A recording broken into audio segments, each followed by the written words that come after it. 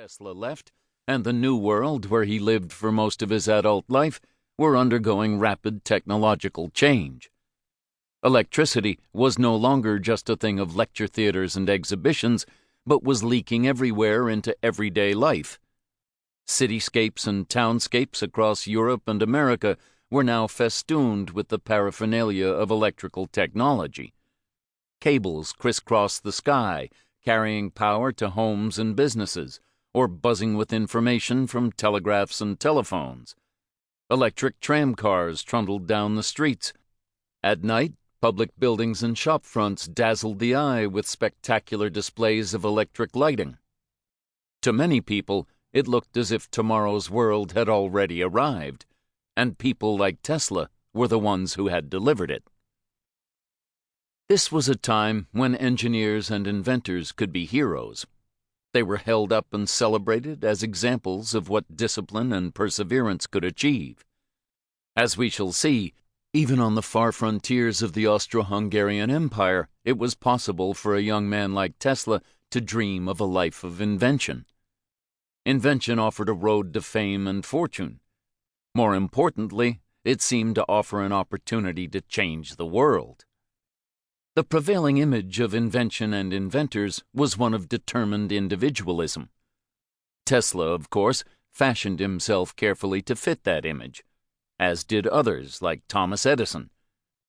To be an inventor, Tesla had to be a showman, too. Electricity seemed made for spectacle, and Tesla turned himself into a consummate performer of electrical spectacle. He quite literally made himself part of the display, making it seem as if he held the electrical future in his hands. Electricity and invention at the beginning of the 20th century were bound up with imagining the future. The 19th century was in many ways the century that saw the invention of the future. The 19th century future was imagined as a place that would be different from the present and generated by technological progress and innovation. This was particularly the case with electricity. Electricity was understood as the stuff from which the future would be made, to such a degree that it was almost impossible to discuss electricity at all without invoking its future. To most people, electricity simply was instantaneous communication, with or without wires.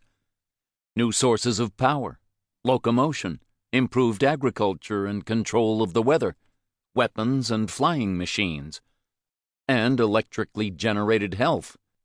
This was a future extrapolated from bits and pieces of present technology. One of the things that made Tesla so successful was that he was very good at offering compelling images of the future his inventions would deliver.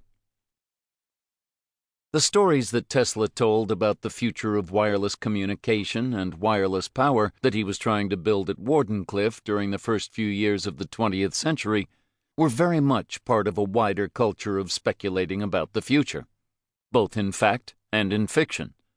The magazines and newspapers that reported on Tesla's activities and relayed the visions of the future that he promised were filled with such stuff.